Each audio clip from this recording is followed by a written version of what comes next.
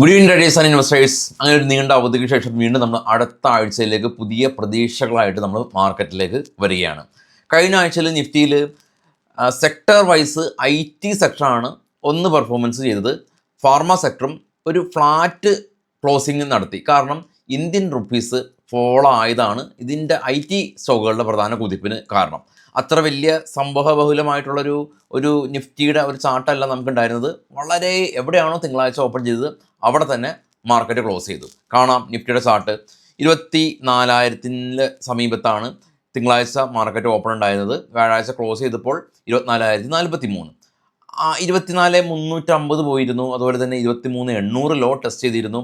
അവസാനം ഒരു ഫ്ലാറ്റ് ആയിട്ടുള്ളൊരു ഓപ്പണിംഗ് ആണ്, ക്ലോസിംഗ് ആണ് നമുക്ക് ഈ കഴിഞ്ഞ വ്യാഴാഴ്ച കിട്ടിയത്. അതിനുശേഷം കഴിഞ്ഞ വെള്ളിയാഴ്ച ദിവസം ഗ്ലോബലി വലിയ കാര്യങ്ങളൊന്നും തന്നെ സംഭവിച്ചില്ല. പക്ഷേ നിഫ്റ്റി ഒന്ന് മുകളിലേക്ക് പോയിട്ടുണ്ട്. നിഫ്റ്റി ഒരു +200 പോയിന്റിലാണ് ഇപ്പോൾ നമ്മുടെ മാർക്കറ്റിൻ്റെ നിൽപ്പ്. എൻ്റെ ഒരു അപ്ഡേറ്റ് ഉള്ളത്, നമുക്ക് കോഴിക്കോട് ഒരു ബ്രാഞ്ച് ഉണ്ടായിരുന്നു. ഒരു 2 വർഷം ആ ബ്രാഞ്ച് അവിടെ ഉണ്ടായിരുന്നു. അതിനുശേഷം ട്രാവൽ ഇഷ്യൂ കാരണം ഒന്ന് പോസ് ചെയ്തിരുന്നു. വീണ്ടും നമ്മൾ കോഴിക്കോട് റീസ്റ്റാർട്ട് ചെയ്യുകയാണ്. ആദ്യ ക്ലാസ് ബേസിക്കിൻ്റെയും ഫ്യൂച്ചർ ആൻഡ് ഓപ്ഷൻ്റെ എല്ലാം തന്നെ ക്ലാസ് ഈ മാസം അവസാനത്തെ ഡേറ്റുകളിലാണ് നമ്മൾ അറേഞ്ച് ചെയ്തിരിക്കുന്നത്. അപ്പോൾ കോഴിക്കോട് വീണ്ടും നമ്മൾ വരികയാണെന്നുള്ളൊരു സന്തോഷ വാർത്തയുണ്ട്. അപ്പോൾ ഇനി നമുക്ക് കോഴിക്കോടും വെച്ചും കാണാം, കൊച്ചിയിലും വെച്ചും കാണാം. നേരെ നമുക്ക് ഗ്ലോബൽ മാർക്കറ്റ് ഒന്ന് കണ്ടുവരാം. അതായത് നമ്മൾ മാർക്കറ്റ് ക്ലോസ് ചെയ്തതിന് ശേഷം എന്ത് സംഭവിച്ചു എന്ന് നമുക്ക് കാണുമല്ലോ. പിടിക്കുന്നു നാസ്ഡാക്ക് പോസിറ്റീവിൽ ക്ലോസ് ചെയ്തു. എന്നാൽ ഏറ്റവും താഴെ ഡോ നെഗറ്റീവായിരുന്നു. അതിന് മുകളിലുള്ള 3 യൂറോപ്യൻ മാർക്കറ്റിൽ ജർമ്മൻ മാർക്കറ്റ് 1.4% ഒരു റാലി രേഖപ്പെടുത്തിയിരുന്നു. ഇനി ഏറ്റവും ടോപ്പിലേക്ക് പോകുകയാണെങ്കിൽ ഗോൾഡ് 4,614 സിൽവർ 76, ബിറ്റ്കോയിൻ 78,000. അത് വിട്ടേക്കാം.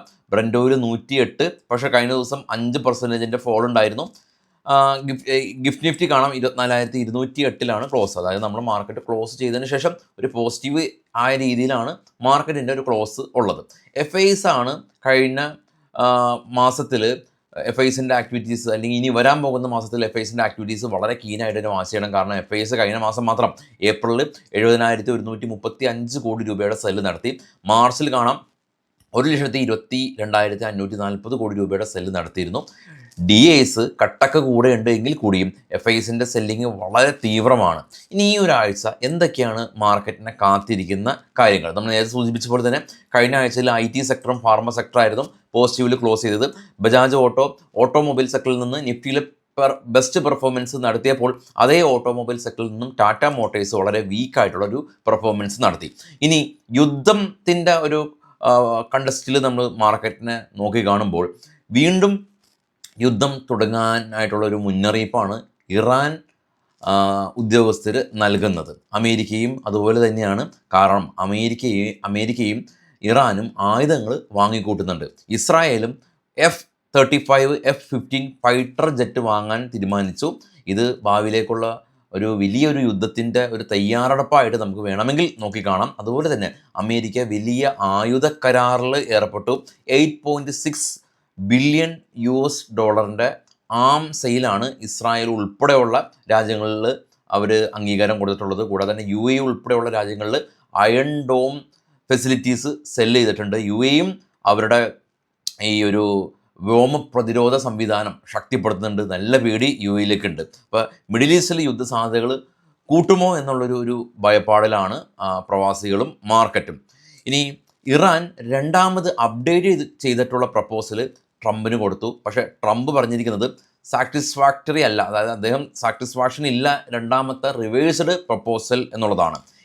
ഇനി റിസൾട്ടുകളുടെ കോണ്ടസ്റ്റിൽ നമ്മൾ മാർക്കറ്റ് നോക്കി കാണുമ്പോൾ ഒരുപാട് കമ്പനീസിൻ്റെ റിസൾട്ട് ഉണ്ട്. ഫാർമ സെക്ടറിൽ ഉൾപ്പെടെയുള്ള കമ്പനീസിൻ്റെ റിസൾട്ട് വരുന്നുണ്ടെങ്കിൽ കൂടിയും ആളുകൾ കൂടുതൽ നോക്കി കാണുന്നത് ഈ മെയ് 14 വരുന്ന SBIയുടെ റിസൾട്ടാണ്. ബാങ്ക് നിഫ്റ്റിയിൽ തന്നെ നമുക്കറിയാം, ഈ ബാങ്ക് നിഫ്റ്റിയിലും വലിയ തോതിൽ സ്വാധീനം ചെലുത്താൻ സാധിക്കുന്ന റിസൾട്ടാണ് SBIയുടെ ഇത്.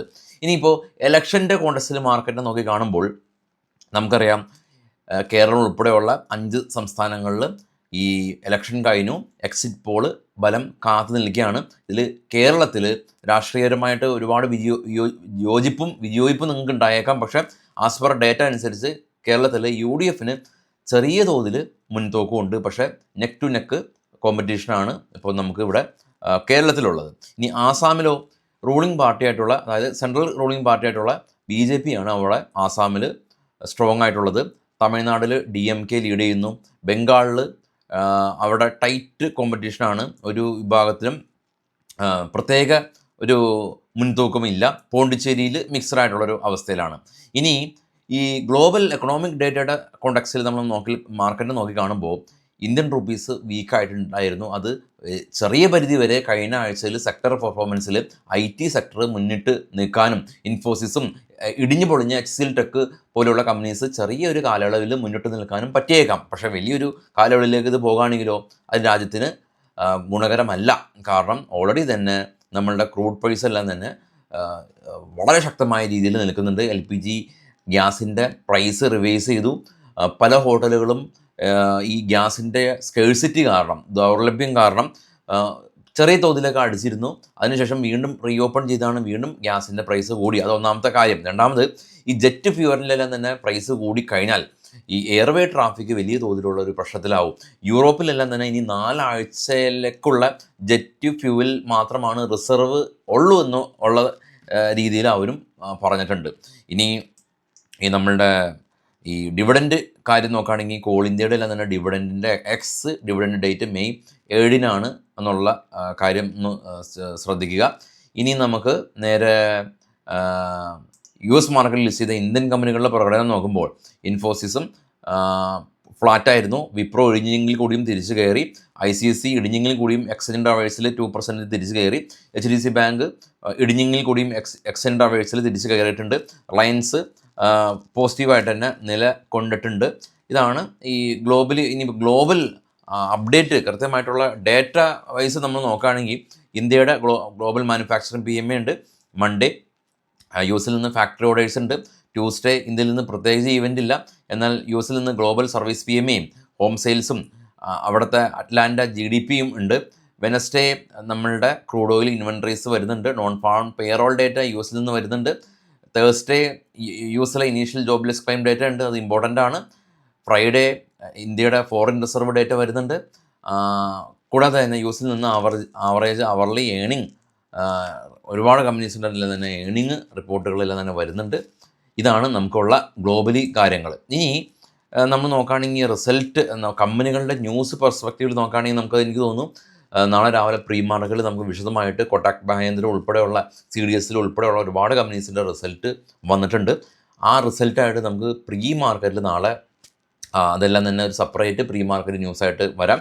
ഇപ്പോൾ മാർക്കറ്റിലേക്കുള്ള നെക്സ്റ്റ് വീക്ക് നമ്മൾ ഈ ഒരു വാറിൻ്റെ പെർസ്പെക്റ്റീവിൽ ഇപ്പോഴുള്ള ഡേറ്റയാണ് നമ്മൾ ഷെയർ ചെയ്തിട്ടുള്ളത്. അപ്പോൾ തീർച്ചയായിട്ടും നമ്മുടെ ചാനലിൽ നിങ്ങളുടെ ട്രേഡിംഗ് സുഹൃത്തുക്കൾക്ക് ഷെയർ ചെയ്ത് കൊടുക്കാൻ ഒരിക്കലും മറക്കരുത്. അപ്പോൾ കോഴിക്കോട് ജോയിൻ ചെയ്യാൻ താല്പര്യമുള്ള ആളുകൾക്ക് കോഴിക്കോടും, കൊച്ചിയിൽ ജോയിൻ ചെയ്യാൻ താല്പര്യമുള്ള ആളുകൾക്ക് കൊച്ചിയിലും, ഇനി ഓൺലൈന് ജോയിൻ ചെയ്യാൻ താല്പര്യമുള്ള ആളുകൾക്ക് അങ്ങനെയും നമ്മളെ കോൺടാക്ട് ചെയ്യാം. അപ്പോൾ എല്ലാവർക്കും ശുഭദിനം നേരുന്നു, ശുഭരാത്രി നേരുന്നു. Thank you all.